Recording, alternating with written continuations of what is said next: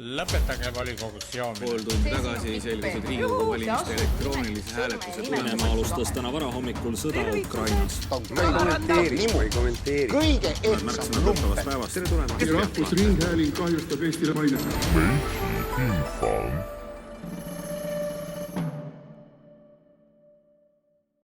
Tere hea kuulaja, tudengitel sünnitusmajast on sind hea meel tervitada Meediapalati 5. episoodis, mida me hellitavalt võime kutsuda minijuubeliks. Kes jälgivad meid sotsiaalmeedias on märganud, et miskit on toimumas, sest meie logo on muutunud hiinakeelseks. Kui sa aga meie Instagrami ega Facebooki jälgi, siis anname sulle sooja soovituse seda teha, sest avaldame seal aeg-ajalt huvitavat sisu. Samuti on tänaseks Meediapalat lisaks Spotify'le, Apple Podcastile ja Google Podcastile kättesaadav ka podcast.ee lehel ning infosõlme kodulehel annotet.eu. Infosülme näol on siis tegemist noortega, kes soovivad ühendada Z-generatsiooni ideed maailma asjadest, poliitikast ja välissuhetest ühele platvormile. Kusjuures selle eesotsas on meie hea kursaõde Laura-Sofia Tohver. Tervitused sulle! Tänane saade on aga võrreldes 4 eelmisega erinev. Me otsustasime, et väikese juubeli puhul jätame oma tavapärase formaadi hetkeks kõrvale ja võtame ette ühe täiesti teistsuguse ja huvitava teema. Samuti on meil täna külas üks väga eriline inimene. Martin, millest me täna räägime ja kes meil külas on? Tere ka minu poolt, mina olen Martin-Erik Maripuu. Täna on meil külas meie kursavend Jelin Kaspar Vang. Tere! Tervist!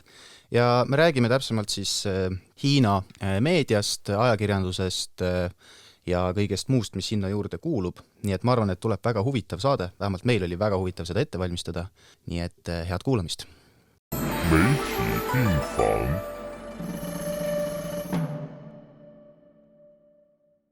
Kaspar, tutvusta end alguses natuke kuulajatele, et kuidas sa üldse Eestisse õppima sattusid ja kuidas muljed senimaani olnud on? Jaa, ma tegelikult hakkasin eesti keele õppima 5 aastat tagasi. Tol ajal ma olin gümnaasiumis ja ma õppisin tol ajal Keelde gümnaasiumis ja pärast gümnaasiumi lõpetamist ja ma otsustasingi, et äkki jätkan õppimist Eestist ja siis ma kandideerisin Tartu Ülikooli ajakirjandus- ja kommunikatsiooni erialale ja siis ma lõpuks olengi siin. Väga tore. Aga miks just ajakirjanduse eriala, et mis sind selle juures kõige rohkem huvitab? Ma arvan, et ma kogu aeg arvan, et selline infovahendaja roll on puudu Hiina ja Eesti vahel ja seega, et ma soovin tuua Eestit rohkemate inimeste silma ette ja sama ajal ma tahaksin ka vaadata, et mida ilma Hiina kohta ütleb. Seega, et ma arvan, et ajakirjandus on minu jaoks ideaalne eriala. Mis sa mõtled täpselt selle infovahendaja puhul nagu Hiina ja Eesti vahel? Ma arvan, et näiteks kui ma vaadasin mõned uudised, siis tavaliselt ei ole selline korrespondent, näiteks ei ole otse, vaid me tõlgime pigem uudised mujalt ja siis ma arvan, et võib-olla tulevikus ma tahaksin selliset rolli täita. See tundub väga huvitav selles mõttes, et tõesti, nagu sa mainisid, Eesti ja Hiina vahel nagu seda otse nii-öelda ühendust ei ole. Eestil üldse väga palju ei ole, sest Eesti ajakirjandus on lihtsalt nii väike, meil ei ole piisavalt inimesi. Aga kas sa oled üldiselt rahul oma valikuga siia Tartu Ülikooli õppima tulla? Jah, ma arvan, et Tartu Ülikool on selline väga akadeemiline ülikool ja ühe parim ülikool äkki Balti riikides ja isegi Tartus on väga hea linn ja mulle väga meeldib Tartus elada ja õppida ja seega olen väga rahul. Ma arvan, nagu me kõik on tähele pannud, sa räägid väga puhast eesti keelt tegelikult. Et kuidas see keele õppimine sinu jaoks olnud on? Et kas on olnud raske või pigem kerge? Ma ütleksin, et keele õppimine pole üldse lihtne. Isegi eesti keelt on nii palju kändeid ja no jah, aga õppisin 5 aastat ja siis tundub, et saan enam-vähem hakkama. 5 aastaga eesti keele ära õppida, mina arvan küll, et see on tase. No mina vene keelt ei ole selgeks saanud selle. Jah, me veel kauem seda õppinud. Aga kuidas sa üldse nagu, sa enne põgusalt mainisid, aga kuidas sa nagu Eestini jõudsid või kus see valik just Eesti nagu sinu jaoks tuli? Sellepärast, et see ongi, et eesti keel on päris väike ja Eesti on ka väiksem, aga see on ka minu põhjus, et miks ma Eestit valisin. Et tegelikult Hiinas pole nii palju inimesi, kes oskavad eesti keelt ja meie oleme tegelikult esimesed inimesed, kes oskavad eesti keelt. Ja seega ma arvan, et see on väga hea võimalus, et tulevikus on päris perspektiivne, et tegelikult on, ma usun, et on vaja sellised inimesed, kes oskavad eesti keelt ja hiina keelt sama ajal, siis ma arvan, et see on perspektiiv, turu ja siis ma otsustasingi ka eesti keelt valida. Aga sa võtsid oma peaerialaks ajakirjanduse, on ju? Ja kõrvaeliala siis eesti keel. No eriti süvitsi. Aga kas sa pigem näed oma tulevikku Eestis või Hiinas? Ma arvan, et see pigem sõltub, et kui tulevikus Eestis on väga hea tööd, siis ma muidu tahaksin Eestisse jääda ja töötan kui selline töö, kui on seotud ka Hiinaga, siis on minu jaoks ka ideaalne töö. Ma nüüd küsin ühe küsimuse, mida ma tahtsin küsida, et eestlasi kujutatakse tihti siuksed stereotüüpselt pigem introvertsete ja võib-olla ka aeglastena, et kas sinu arvates peab see paika? Ja, ma arvan, et see vastab tõele, et nagu teised põhja-eurooplased, eeslased on ka selline introvertsed ja aeglased, aga üldiselt aga see ka sõldub näiteks, kui eeslased istuvad rooli taga, siis pole nad üldse aeglased. Ja näiteks alkoholi mõju all pole nad ka üldse introvertsed. Meil on stiimuleid vaja. Meil on stiimuleid vaja. Aga võib-olla see küsimus ka, et mis on need erinevused võrreldes siis Eestis elamise ja Hiinas elamisega? Et kas on näiteks võib-olla mingeid asju, milles sa puudustunud või midagi taolist? Ühe küljed on küll, Eesti isegi Tartus on selline aeglasem elutempo ja teise küljes on siin vähem inimest. Tavaliselt näiteks Hiinas, ma olen pekinglane, seal on nii palju inimesi kogu aeg, aga siin ei ole väga palju inimest, et näiteks restoranis ma ei pea väga pikal ajal ootama, aga mis puudu siin, ma arvan, et kindlasti Hiina toit. See on üks suur puudu, et tavaliselt ma teelin Poolast Hiina toite. Ja. Aga need Hiina toidud, mida tehakse siin restoranides ja niimoodi, et kas need on autentsed sellega, mida Hiinas pakutakse või on tegelikult erinevad? Need on mõned on tegelikult erinevad ja mõned, kui ma vaatasin menüüd, siis mõned nimed on, ma ei ole seda kunagi näinud. Aga liigume siit edasi natuke ajakirjanduskesksemaks, et me saime Instagrami päris mitu küsimust, küsisime siis, mida meie jälgijad teada tahaksid. Ja üks küsimus, mis laekus, oli siukene, et kuidas seal riigis ajakirjanikuks saamine käib? Ilmselt siis küsija peab silmas Hiinat. Ja põhimõtteliselt võib igaüks saada ajakirjanikuks, et kui sa oskad näiteks hästi kirjutada ja sa vastad selline meediaettevõtte nõuetele, siis sa saad juba ajakirjanikuks töötada. Aga kui sa sooviks näiteks saada ajakirjanikuks nagu certificate või aktsepteeritud meedia väljaandesse, siin ma eeldan, et neid on rohkem riigimeedia, siis pead nagu saama selline pressikaardi ja pärast aasta töötamist selline riiklikult tunnustatud uudiseorganisatsioonis saab pressikaardi eksamile minna ja pärast seda saab juba nagu ametlikult intervjueerida või midagi sellist. Ega sa juhuslikult ei tea, mida see pressikaardi eksam nagu endast kujutab? See on selline pikem kirjadamise eksam, see eksam koosneb mitmes osaks ja põhimõtteliselt on seotud Hiina meedia ajalugu või selline üldisemad näiteks kommunikatsiooniteooriad või midagi sellist. Eriala teadmiste kontrollimine põhimõtteliselt siis? Ja. Aga kui me alustame nüüd täiesti nagu alt pihta selle Hiina ajakirjandusega, siis lähme hariduse tasandile, et mitmes koolis üldse ajakirjandust ja kommunikatsiooni Hiinas õpetatakse? Siin ma pakun mingid mõned arvud, näiteks aastast 2021 on Hiinas juba üle 400 kõrgkoolis ja kus õpetatakse ajakirjandust. Ja Hiina haridussüsteemi andmetel on ajakirjanduse ja kommunikatsiooni valdkonnas kokku 9 põhilist õppesuuna. Need on ajakirjandus, raadio, televisioon, reklaam, kommunikatsioon, toimetamine, kirjastamine, veeb ja uusmeedia, digitaalne kirjastamine, moekommunikatsioon ning rahvusvaheline ajakirjandus ja kommunikatsioon. Üle 400 kõrgkooli, kui palju siis tudengeid ajakirjanduse erialal seal õpib? Ma uurin ka natuke, et öeldakse, et praegu õpib ajakirjandusülikoolis umbes 100 000 tudengit ja õppejõud on samuti ka päris palju. Ülikoolides õpetab ajakirjandus üle 10 000 õppejõu. 100 000 tudengit, see on umbes sama palju kui Tartu linnas elanikke. Ja selle mõttes küll, jah. Et need on täiesti kolossaalsed summad. Kuidas ainete õpetamise sisu erineb Hiina ja Eesti ülikoolides? Et sa mainisid kunagi, et sul on keegi sõber, kes õpib ka Hiinas sama eriala. Et kas te olete omavahel võrrelnud seda? Jaa, aga ma pean ütlema, et Hiina eri ülikoolides pakutavad ajakirjanduse kursused võivad olla väga erinevad ja ma küsin oma sõbralt Hiina kommunikatsiooniülikoolis, inglise keeles Communication University of China, mis on üks Hiina väga kõrgelt hinnatud ajakirjandusülikoolidest. Ja nende eriala kursused on põhimõtteliselt sarnased kui meie pakutavad kursustega. Näiteks neil on ka kommunikatsiooniteooria, audiovisuaalne kommunikatsioon või näiteks kommunikatsiooni eetika või ajakirjanduse ajalugu ja teooriaid ja muud sellised. Aga kas, kuna Hiinas on need nagu mahud nii tohutult palju suuremad, kas mingisugune kvaliteedi vahe ka on või kas sinule kuidagi paistab silma, kui sa räägid oma Hiina sõpradega? Ja mõned sarnased küll, et näiteks ma arvan, et põhierinevus seisneb selles, et osa teooriast on õppeprotsessis kohandanud Hiina kontekstile.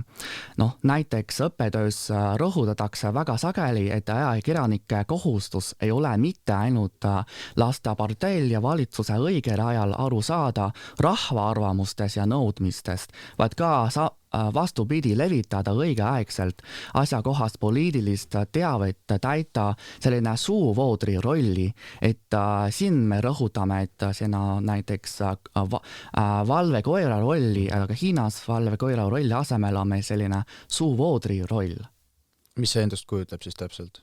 See tähendab, et ajakirjanik tuleb edastada, ta on pikem info vähendaja, et ta edastab info või teavet valitsuse poolt ja rahvustele. See on nende kohustus. Aga ütleme, kas Hiinas siis ülikoolis õpetataksegi ainult nagu Hiina süsteemile vastavaid ajakirjanikke, et sa ei saa Hiinas õppida nagu lääne standarditele vastavat ajakirjandust või kuidas see omavahel seostub või toimib?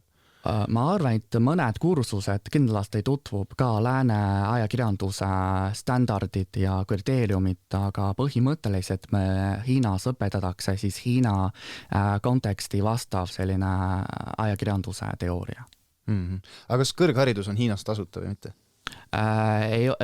Kõrgharidus pole Hiina tasuta, aga see õppemaks on väga odav. Seega, et ma arvan, et põhimõtteliselt rohkem inimesed ei pea seda muretsema.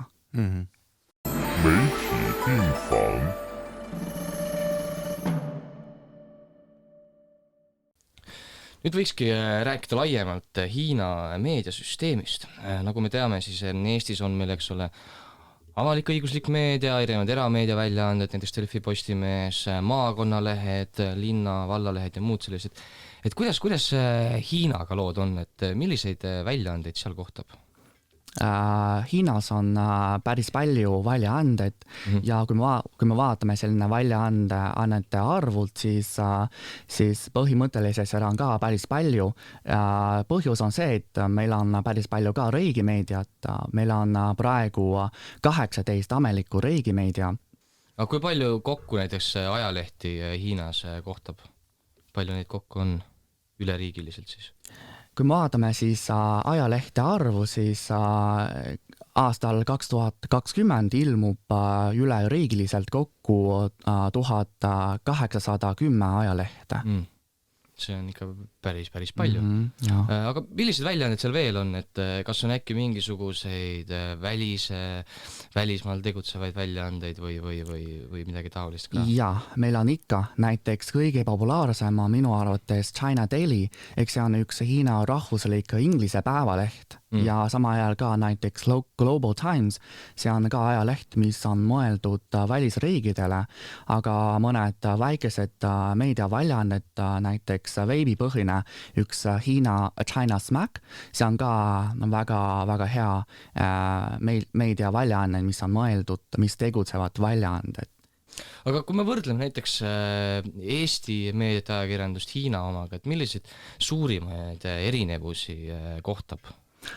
Ma arvan, et Eestis selline on era- ja kommunikatsioonimeediavõtted on pikem sõltumatud, kuid Hiinat meediaettevõtted saavad rohkem selline riigipoolset reguleerimist ja minu isikliku arvamus on see, et Hiina meedia eelistab pakkuda rohkem meelelahutuslikke sisu ja vähendada selline kõva teemade levitamist. Aga mis see eesmärk võiks sellel olla, et just meelelahutuskeskset sisu avaldatakse rohkem? Sest meelelahutuse sisu on selline turvaline tsoon, et see on pikem rohkem ruumi, et siin kirjutada ja levitada, aga näiteks kõva teema, näiteks poliitika, et see on mõnikord see võib olla päris ohtlik. Et poliitika puhul me pigem räägime ühepoolsest ja infovoost, nagu me enne rääkisime, et on see vahendaja roll, eks ju. Aga meelelahutuskeskne sisu, et mida sellel nagu täpsemalt mõeldakse, et just ajakirjanduses see meelelahutuskeskne sisu? Näiteks Hiinas on päris palju sisuloojaid ka, et nemad tavaliselt kirjutavad igasuguseid teemadel, näiteks spordi või mingid duett või moe selline kohta, et siin ma mõtlen siis pigem meelelahutuse sisu.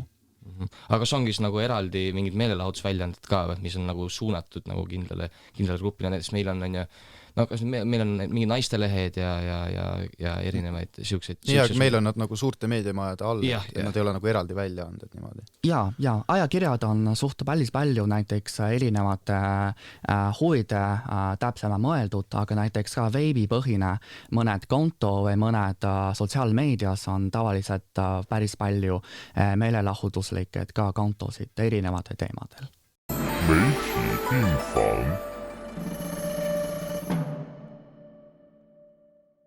Aga räägime siis nagu Hiina ajakirjandussüsteemist detailsemalt, et sa mainisid siin mahtu, et üle 1800 väljaande ja tohutus koguses ajakirjandustudengeid, aga kui me räägime Hiina ajakirjandussüsteemist tervikuna, me teame, et Hiina on väga mitmekülgne riik, seal on erinevaid piirkondi, kellel on erinevad taotlused, et kas Hiinast on võimalik üldse rääkida kui mingist tervikust selles kontekstis? Jaa, minu arvates ikka, et kuigi Hiina on päris suur riik, kus elab palju inimesi, on ajakirjandus reguleerivad ühised standardid ning partei ja keskvalitsus annavad erinevatele kohalikele oma valitsustele samu juhiseid ja samuti on inimestel kõigis riigi piirkondades umbes samasugused harjumused meedia kasutamisel. Nii et ma usun, et kui me räägime Hiinast, siis peame silmas kogu riigi, või vähemalt Mandri-Hiina. Kui me räägime selle ajakirjandussüsteemist, kas me saame rääkida nagu vabast ajakirjandusest või seal on ikkagi, me teame selle poliitika koha pealt, aga üleüldiselt, kui vaba on meedia kättesaadavus üldse? Ma arvan, et kui me ei puuduta poliitika, siis on ikka vaba meedia, aga selle lääne definitsiooni vaba järgi vist on erinevad nagu nähtused. Räägime sellest tsensuurist siis, et mis on selle ajalugu või selle ajaline perspektiiv Hiina kontekstis?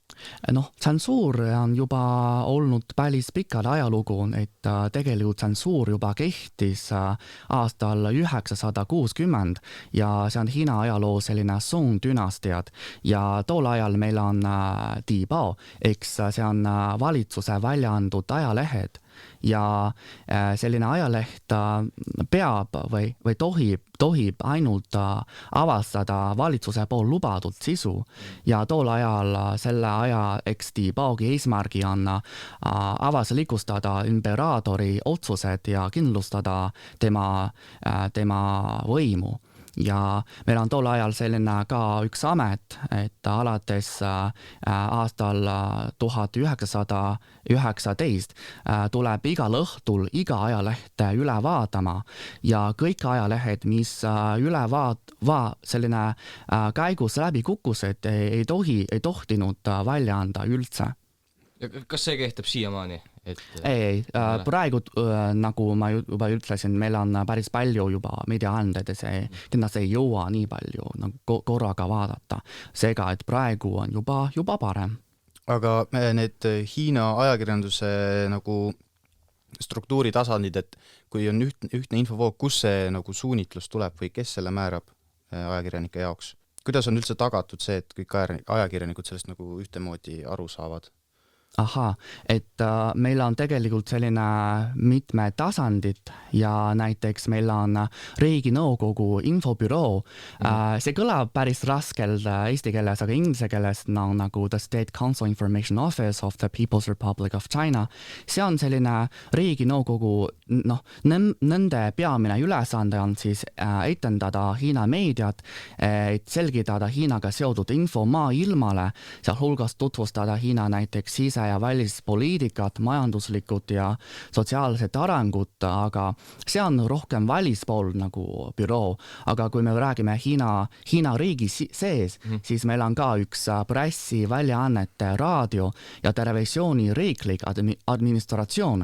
See on, ma arvan, kõige olulisem. Nende nagu sõel, et nad vastutab nagu uudiste propaganda meetodite sõnastamise, avaliku arvamuse õige suuna ja ideoloogia tabamise ja uudiste tootmise eest. Kui see on nii struktureeritud, kas hiinlased ise nagu usaldavad üldse Hiina meediat või kas see ei paista kuidagi välja nende jaoks, et see on väga ühekülgne infovoog? Ma ütleksin, et vanem inimesed on pigem lojaalsed ka, et nad uskuvad kindlasti, et kui selline infobüroo ei lasta seda avastada, siis kindlasti on põhjus, aga noorem inimesed pigem juba kahtlevad. Näiteks ma mäletan väga selgelt, üle-eelmisel aastal on meil väga populaarsed TV-sari, aga lõpuks ei tulnud välja, sellepärast, et see TV-sari on võtnud ühe romanist ja selle romanni teema on samasooline abielu. Siis selline teema ei sobi üldse nagu avastada ja seega selline infobüroo nagu lõppes. Et samasoolisus ei ole Hiinas aktsepteeritud? Jaa, ei ole aktsepteeritud, jah. Et mingid kultuurilisi aspekte siis ka nagu ikkagi piiratakse selles mõttes auditooriumi jaoks. Jaa. Aga kui me vaatame üleüldist nagu üleilmset statistikat, siis tegelikult Hiina inimeste usaldus oma riigi meedia vastu on päris kõrge, kui me võrdleme nagu lääneriikidega, kas või USA-ga. Oskad sa seda kuidagi kommenteerida, et millest see tuleb? Jaa, ma arvan, et tänu selline valitsuse või ajakirjanikude ühemeelse kajastamisele, ma arvan, et inimesed pandakse kokku, nad mõtlevad ka samamoodi. Selles mõttes vist selline usaldusväärne riigi poolt on tõusnud, kuigi me saame näha selline statistikalt, et koroona ajal on selline usaldusväärne langes, aga see oli ikkagi edetabeli tipus. Välistipus. Koroona ajal vist igal pool maailmas meedia usaldusväärsus langes, kui niimoodi natuke üldistada. Millised on hiinlaste harjumused meedia tarbimisel? Kas nad on pigem online meedia usku või nad pigem tarbivad paberil? Ma arvan, et see ka sõltub vanusest, näiteks vanemad inimesed on harjunud kuulama näiteks raadiot, vaatama televiisorit või lugema ajalehti, aga kesklised inimesed loevad juba tavalised uudised selline uudiselugeritest, näiteks ma saan aru, et näiteks Yahoo News või Google News, selline äpp, kus koguvad uudised erinevatest uudiste väljaannetest ja pakuvad lugejatele vastavalt nende lugemisharjumusele artikleid teemadel. Ja kui me vaatame noored, siis nad juba on harjunud saama uudised sotsiaalmeediast, olgu kas neid on siis trendide edetabelites Weibo, eks sarnane äppi kui Twitter või selline lühivideosid, aga traditsiooniliselt meediakontodel TikTokis või näiteks artikleid WeChatis, näiteks nende tellimuskontodelt. Nagu ma aru saan, siis online meedias on sellised kesksed platvormid, kuhu pannakse siis üles nagu uudiseid, aga kas pigem siis loetakse sealt või loetakse ka nii-öelda otseväljaande lehelt? Ma ütleksin, et loetakse pigem online'i selline äppis, kus koguvad kõige meediaväljaannetest. Sellepärast, et kõik uudis on tasuta. Et kui on tasuta, siis pole mõtet nagu nende eraldi kodulehele minna ja seal lugeda. Et Hiinas on kogu ajakirjandus tasuta? Ja, kui me ütleme tasuta uudise, siis ma mõtlen pigem selline tasuta online uudised, kui sa sooviks näiteks osta paberleht, siis sa pead ikkagi maksma, on ju. Aga kui see on väga odav, et Hiina selline People's Daily ajaleht maksab ainult, kui ma tõlgin siis eurole, siis maksab ainult 20 senti üks ajaleht, see on väga odav. See on tõesti väga odav. Ma ei tea, mis see meil päevalehtede hind on, aga ikka üle nädalalehest maksab üle 2 euro ju. Aga kuidas see mudel jätkusuutlik on, et kui sul maksab paberleht 20 senti ja internetist saad uudised tasuta kätte, et kas riik siis toetab ajakirjandust niivõrd palju või? Jah, kuna traditsiooniline meedia me ütleme, et nende ülesanne on aidata valitsuspropagandaga, siis riigi poolt ka maksab valitsus või näiteks kohalik omavalitsus riigimeedia selline subsideerimise eest, et nad maksavad toeda rahaliselt. Siis me saame rääkida nii-öelda võimust sõltumisest, mis on siis see, et kuna riik toetab, siis järelikult ju tuleb ka edastada riigi jutupunkte, eks ju? See on nagu Eesti kontekstis vallalehed või maakonnalehed. Näiteks, aga jah, suuremas mastaabis. Ei, absoluutselt, lihtsalt need on ka ju kinni makstud põhimõtteliselt kohaliku omavalitsuse poolt. See on sama asi. Ja seal muidugi, niisugust tsensuuri muidugi ei ole. Aga kus sa tead? Ma ei tea. Pole toimetuses käinud, ma ei tea.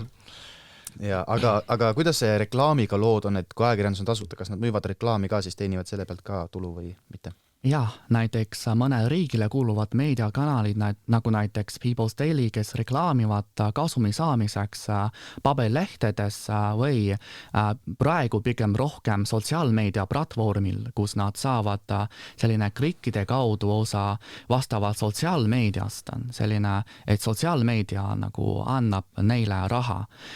See tähendab, sotsiaalmeedia annab neile osa klikkide arvu alusel nende raha. Mul tekkis küsimus kommentaaride kohta, kas veebiväljaandes saab kommenteerida ka artikleid? Kommenteeriv saab ikka, aga see väga sõltub ka teemadest. Näiteks poliitilise teema on alati kommentaariumi selline on suletud pandud, et inimesed ei tohi. Põhimõtteliselt tohib küll, aga kui sa postid ära, siis ainult sina ise saab näha sinu kommentaar. Mitte keegi teine seda näha ei saa? Mitte keegi teine. Ise likeidega saad seda oma kommentaari? Jaa. Siis on hästi. Ainult üks like. Ainult üks like, jah. Aga sa ütlesid enne, et väljaanded saavad palju toetust riigilt. Kuidas see omandisuhe seal taga on, et kas nad kuuluvad siis ka riigile? Jaa, et kui selline 18 riigimeedialt, siis nad ilmselt kuuluvad ka riigile, aga teised näiteks, kui neid on ärifirmad, siis pigem nad on iseseisvalt ega ei kuulu riigile, aga peab vastama riigi poolt andud selline kriteeriumile või nõuetele. Et mingil määral erameedia ikkagi eksisteerib Hiinas ka? Ja, ikka eksisteerib, isegi kui see on meelelahutuslik, siis jah. Aga kui me nüüd kolmekesi otsustaksime järgmine suvi, et pakime kohvrid kokku, lähme Hiinasse, hakkame seal ajakirjandust tegema. Ärme sellest räägi, et me Christopheriga hiina keelt ei oska, aga kas me saaksime seal põhimõtteliselt oma väljaande teha nullist?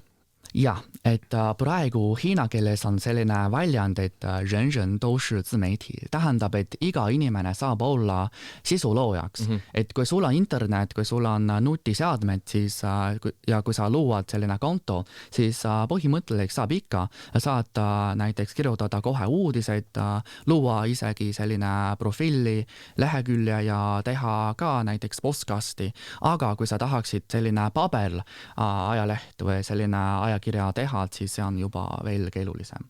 Et siis on juba väljamineks, me peame juba rääkima tiraažidest ja oma kapitalist ja kõigest sellest, mida meil, Martin, ei ole, me ei saa minna.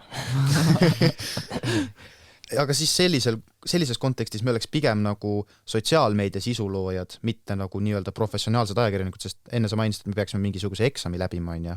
Ja, et seda meil välismaalasena vist oleks keeruline läbida, on ju? Selline eksam ei ole kohustuslik, et kui sul selline eksam ei läbi, siis sa saad ikka töötada ajakirjanikuks, isegi see ei ole nagu riigi poolt ajakirjanik. Kui sa tahaksid olla selline töötada näiteks riigimeedias, siis peab selline eksami läbima. Ühesõnaga, sa ei oleks nagu nii kõrge nagu ajakirjanik, et sa oleks nagu madalama klassi ajakirjanik siis või? See on mingi hierarhia? Mis eeliseid see pressikaart annab ajakirjanikule? See annab ajakirjanik nagu õigust intervjueelida näiteks või mõned kohasliku sündmuste kajastada. Aga kui sul pressikaardi ei ole, siis ametlikul sa ei ole päriselt riigi poolt aksepteeritud ajakirjanik, aga sa saad ikka seda kajastada, see ei ole nagu ebaseaduslik. Me enne rääkisime sellest oli riigivolikogu ja infobüroost ka, et see volikogu siis tegelebki ajakirjanikele suuniste andmisega, sain ma õigesti aru enne? Jah. Kuidas see nagu volikogu töötab, et see on osa siis mingisugusest valitsusorganist või osa parteist, et kust need suunised sinna siis tulevad täpselt? Seda ma vist ei oska päriselt räägida, et ainult info ma tean, et neid on põhimõtteliselt erakonna liikmed ja siis neid otsustavad, mis on jutumärk õige, jutumärk lõpp, selline suuna ja ideoloogia, mis on selline õige suuna, et mida peab suunata. Aga kuidas on välisuudistega? Et kas need käivad ka ikka kuskilt filtrist, eks ole, läbi? Et kuidas neid sõnumeid edastatakse Hiina meedias? Ma ütleksin välismeedia tavaliselt, igasuguseid välismeediaannadel saab näha Hiina traditsioonilise meedial või sotsiaalmeedias ka, aga mõned ka tundlike teemad isegi Hiina kohta, siis peab väga põhjalikult nagu sõela läbida ja siis saab Hiina internetis näha. Kas Hiinas on kättesaadav näiteks BBC või CNN ja sellised väljaanded? Mitte kohe nende nagu veebilehel, vaid ka teise nagu meedia kaudu, et nad kasutavad BBC näiteks nende allikana ja siis me saame seda näha. Ehk siis ikkagi Hiinasse jõuab kontrollitud informatsioon selles mõttes? Ja, ikka jõuab. Ja, et otse BBC lehele minna ei saa, et ainult siis, kui ajakirjanik on seda allikana kasutanud. Ja. Saime Instagrami veel selle küsimuse, et kuidas kajastab Hiina meedia Euroopas toimuvat sõda? Et see on väga huvitav küsimus. Ma arvan, et Hiina selle kohta on ajakirjanikud nagu ühemoodi, et tavaliselt öeldakse, Hiina tahaks seda sõda lõpetada nii kiiresti kui võimalik ja see tähendab ka Hiina on selline rahumeelne ja ega ei toeta midagi, mis häirib teiste riigide huvi. Selline tegu Hiina on selle tegu vastu. Ja see teema läheb siis nende teemade alla, mida kajastatakse ühtse infovoona kogu inforuumis Hiinas. Ja ikka.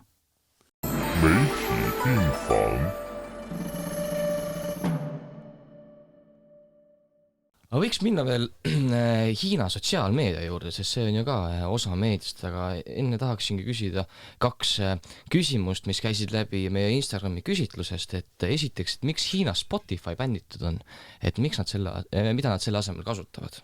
noh, Hiina Spotify ei ole ametlikult bännitud, lihtsalt näiteks Apple Music on juba Hiina turul olemas, aga lihtsalt, et Spotify'l ei ole Hiinas sellepärast, et üks on see, et Hiinas kohalikud meediaplatvormid arenesid juba päris varem.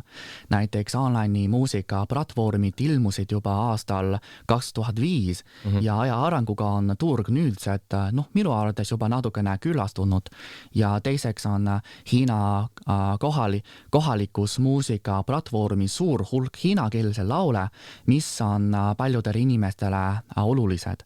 Ja samuti Hiina laulude rangede kontrollireeglite tõttu suur osa Spotify muusikat poleks võimalik Hiina turule jõuda.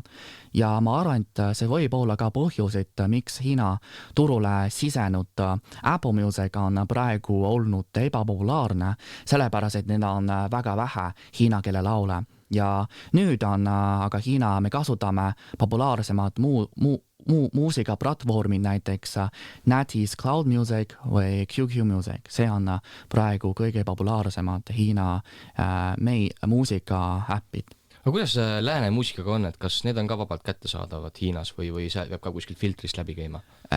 Põhimõtteliselt on mitte iga laul saab seda sõela või seda sõela läbida. Aga põhimõtteliselt kõige populaarsemad muusikad ikka saab kuulda päris palju Hiina muusikaplatvormidel.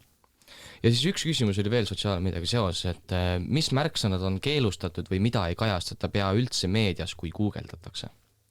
Kõigepealt pean ka ütlema, et üldse Google ei ole praegu Hiinas saadeval ja me kasutame Google'i asemel mingit Hiina kohalikku otsimootorit. Ja aga ma võin öelda, et otsingumootori ei ole põhimõtteliselt mingeid piiranguid seoses märksõnadega. Et ma tegelikult olen proovinud ka mõned tundlike märksõnu ka sisse panna ja tulemus näitas, et kõik saab, kõik annab asjakohaseid otsingu tulemusi. Aga kui me vaatame siis konkreetsemalt meediaplatvormil, siis neil on väga juba päris palju mõned piirangud märksõnad. Näiteks koroona ajal on mingid videoplatvormil piir nagu bännid sõna, näiteks mask või koroona, sellise sõna on bännitud. Mul on ka ise selline isiklik kogemus, et ma tahaksin tol ajal üks videot postidama, aga ta ütles mulle, et kuna ma määnisin sõna koroona ja mask ja siis see videot ei saa päris avaldada. Ja siis ma kasutan nende sõnade asemel piip saan, siis see sai läbi. No ja meil on umbes niimoodi, et YouTube'is ei tohi ropendada, et siis kasutatakse niimoodi. Koroona ajal ikkagi meile Spotify's näiteks ka tuli ju seda, sa said selle oma episoodile selle märgise külge, et siin räägitakse, ma ei tea, COVID-19. See on nagu enam-vähem maksimum, mis meil nagu, mis kogemus meil sellise kontrolliga on, et see on väga huvitav kontrastsus nagu kahe erineva süsteemi vahel. Lähme siis selle sotsiaalmeediaga edasi, et minu esimene küsimus oleks see, et kas Hiinas kasutatakse ka näiteks Google'it, Facebooki, Instagrami, Twitterit ja muud taolist või on seal ikkagi nii-öelda Hiina enda platvormid? Kahjuks meil ei kasuta nagu neid sotsiaalmeediat või sotsiaaläppid, mis lääneriigis kasutatakse, aga iga äppi asemel on meil Hiina kohalikud äppid, näiteks Facebooki asemel on meil WeChat ja WeChat on praegu kõige populaarsem sotsiaalmeedia, seal on praegu rohkem kui 1 miljard kasutajat ja seal on nagu, see saab mitte ainult instant sõnumite saatmine või uudiste või muude artikli lugemine, videot või otseülekandede vaadamine, vaid praeguseks saab ka nagu WeChati makse teha või selline digitaalne meediateenust teha, see on praegu WeChati peamise funktsioon. Et need kohalikud Hiina, need on ainult Hiina-sisesed või neid saab väljaspool Hiina ka kasutada või? Saab ikka, et kui sa nüüd lähe nagu App Store'i, siis saab ikka seda WeChati alla laadida, aga see on nagu välismaale mõeldud äpp. Et need on eraldi äpid, jah. Ja. Aga mahu poolest sa ütlesid miljard kasutajad, need on enam-vähem sama suured kui Facebook, Instagram tegelikult ju. Ja. aga nagu ma arvan, siis WeChatil on erinevaid funktsioone, et mitte ei olegi ainult nii-öelda sisu tootmine ja muud taolist, et on ka näiteks maksete tegemine, on ju. Et see on väga huvitav. Ja, et tegelikult inimesed seodavad või lähevad oma pangakaardiga koos WeChatit ja siis seal on tavaliselt üks ruutkood, selline QR-kood, et kui sa taha iga kord toidupoes käia, siis lihtsalt näita oma ruutkoodi ja siis selline raha võtab otsel oma pangakaardilt ja selline põhimõtteliselt saab kasutada ainult üks ruutkoodi. See on päris mugav. Ehk siis see lihtsustab kõvasti tegelikult üldse see igapäevast elu ühesõnaga. Ja, kui ma olin Hiinas, siis ma ei võtta oma pangakaardi ega ka midagi muud, lihtsalt oma mobiiltelefon on piisav. Aga kui me rääkisime enne ajakirjandusliku väljaannete nagu omandi suhtest, kuidas siis nende sotsiaalmeediaplatvormidega on, et kas need on ka kuidagi riigiga seotud või riigi kuuluvuses? Jah, näiteks me kasutame Twitteri asemel Weibo ja seal on igasugused uudised ka seal, aga et mõned teemade kohta tuleb siis riigi kontroll või tuleb mõned isegi tsensuur selline. Ehk siis nii-öelda tundlikud kommentaarid või asjad ikkagi blokeeritakse ära sotsiaalmeediaplatvormidele? Jah, isegi selline trend võib ka natukene muuda. Näiteks mida inimese otsivad nii-öelda ebatavalised ideoloogiaga seotud sisu, siis nad saavad otse selline trendist maha võtta. Aga kui näiteks otsingumootoris või kuskil otsidagi panna neid tundlikuid märksõnu sisse, siis ilmselt jääb sellest mingisugune jälg on ju interneti maha, et kas siis riik kuidagi seejärel teeb mingisuguseid oma eeldusi ja võib-olla võib su panna sinna nii-öelda musta nimekirja? Ma arvan, et kui sa ei pane oma nagu päris nime või sa ei ole nagu seal isikustadalt, siis ma arvan, et see on suht okei. Aga kui sa kasutad näiteks oma kasutusnime, oma päris nime, siis seda on juba natukene ohtlik. Et me enne siin mainisime Hiinas suunamudjaid, et millist sisu nad ikkagi pakuvad ja kas on ka mingisugused märksõnad, mis on keelatud ja midagi taolist? Jaa, mulle tundub, et Hiina suunamudja nagu lemmikasi on ikkagi meelelahutuslik sisu. Näiteks nad pakutakse peamiselt mõned lühikese videod või arutelu erinevate teemadel peale poliitika ja mõned mainitakse keeratud märksõnu tahtmatult ja seega see süsteem piirab postitus või selline videoteks, see tähendab, et keegi ei saa seda postitus või video näha. See on nagu sisu looja kohta ka päris suur kaotus, et kui nad pühendavad liiga palju aega seda tegemised ja siis lõpuks ei saa avaldada, siis on ka päris kahju. Aga kas on ka Hiinas, äkki sul tuleb pähe mõni selline meeldev suunamudja, kes ongi olnud näiteks nii-öelda vastuliikumises või midagi taolist ja ta on nii-öelda siis ära keelatud? Pigem ei ole siuksed, on ikka? Ikka, et näiteks koroona ajal on mõned suunamudja, kes tei selline väike protestid ja tegelikult tema konto on kinni pandud ja näiteks kommenteerium on suletud ja midagi sellist. Aga sisu endiselt on nagu saadaval siis või? Kont on täiesti nagu maha võetud? Ei, on täiesti maha võetud, jah. Aga podcastidest rääkides... Kuna juba podcastis oleme, on jah, et kas me saaksime meediapalatit Hiinas ka teha, kas inimesed kuulaksid meid? Jaa, saad ikka. Lihtsalt on see, et praegu podcast pole Hiinas nagu üldiselt populaarsed ja inimesed mulle tundub pole selline põhimõtteliselt harjumus podcasti kuulata.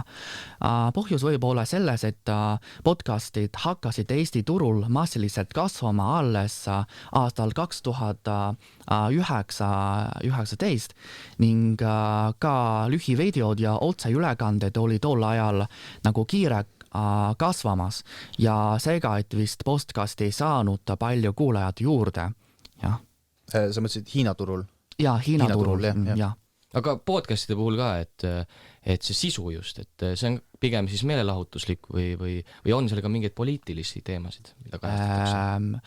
Riigi meedia poolt võib-olla on mingid poliitikateemad, siis neid saavad kõige paremini seda hakkama saada, aga tavainimesed näiteks isiklik sisulooja kohta on ikkagi meelelahutuslik või rohkem praegu selline teadmiskasvamis, selline postkast näiteks, kuidas saad raha säästa, raha tark või selline teema kohta on praegu ka populaarsed ealiste inimeste kohta.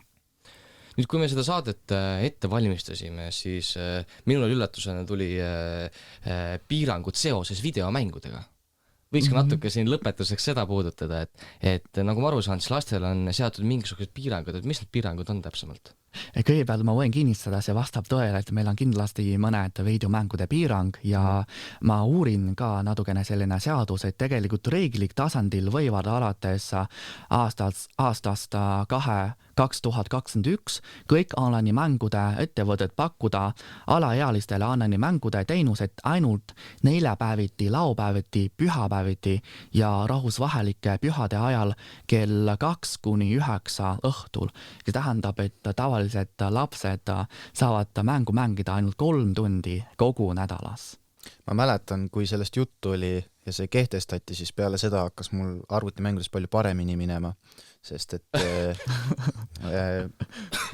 väga suur mängijate hulk kadus ära. Ja kuidas nende videomängudega on, et kas neil on samasugused mängud, mis meil siin läänemaailmas on või on tegelikult ikkagi Hiinal enda arvutimängud, mida nad välja töötavad ja arendavad? On küll mõned arvutimängud lääne poolt, aga kuna mina ei oska päris palju seda öelda, aga ma võin öelda, on see, et tegelikult Hiina poolt online arvutimängud on rohkem. Ja aga kõik nagu mängude siselogimist peab oma ID-numbrit nagu panna, oma nime panna, et selline saab nagu tunda, et kas sa oled alaealiste või täiskasvanud. ID-numbrid on siis, saavad teha kõik nii-öelda mängurid, või on juba kõigil olemas? Ei, tuleb iga kord, kui sa tahaks ise logida, siis esimene kord tuleb siis ID-kaardi numbrit panna. Hiinas on ka nagu isikukood ja ID-kaart? See mitte ainult isikukood, vaid see on ID-kaardi numberit, see number, mis kirjutab sinu ID-kaardi peal. Aga kas tehniliselt need lapsed saaksid kasutada ka täiskasvanu ID-numbrit? Jaa, tehniliselt saad ikka, et lastel on lihtne selle päästa selline kontrollist, kuna seal nõudakse ainult ID-numbrit ja nime, siis saavad lapsed täita ka täiskasvanu ID-numbrit ja valida selline järelevalvet. Ja kas Hiinas on ka nagu, meil on selline asi nagu Steam, kus on siis koondatud erinevad arvutimängud. Kas Steam on ka Hiinas kättesaadav?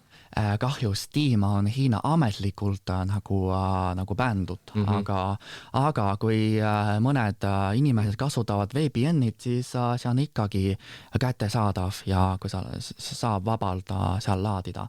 Aga iga kord, kui sa mängid mängu, siis tuleb seda eraseadmeid kasutada. Tere, mina olen Cassandra, mina tulin siia pildistama ja kuna tegu on nii põneva teemaga ja saatejuhid ei taibanud küsida, siis küsin mina, et mis siis saab, kui ma mängingi sellist mängu, mis on tegelikult keelatud ja ma jään vahele? Kas mulle järgab mingi karistus? Mis on edasised meetmed, mis riik rakendab? Kuna praegu Hiinas on nii palju lapsi ja siis kui keegi pääseb selline kontrolli, siis nii pääseb ja midagi karistamis ei juhtu. Lihtsalt riigi poolt on selline ametliku keelatud, sellepärast, et lastel on raskem sellised mängu alalaadida.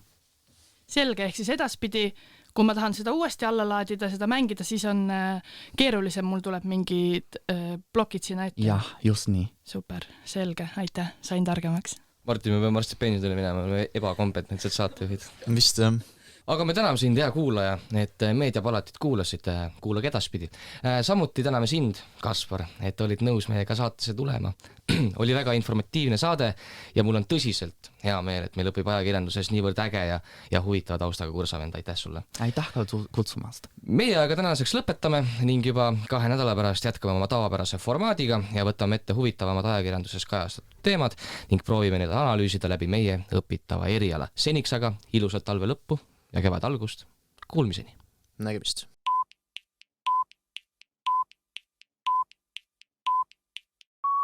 lõpetage volikogus joomine. Pool tundi tagasi selgusid Riigikogu valimiste elektroonilise hääletuse Venemaa alustas täna varahommikul sõda Ukrainas. ei kommenteeri. Kõige ehtsam lumpen. Rahvusringhääling kahjustab Eestile mainet.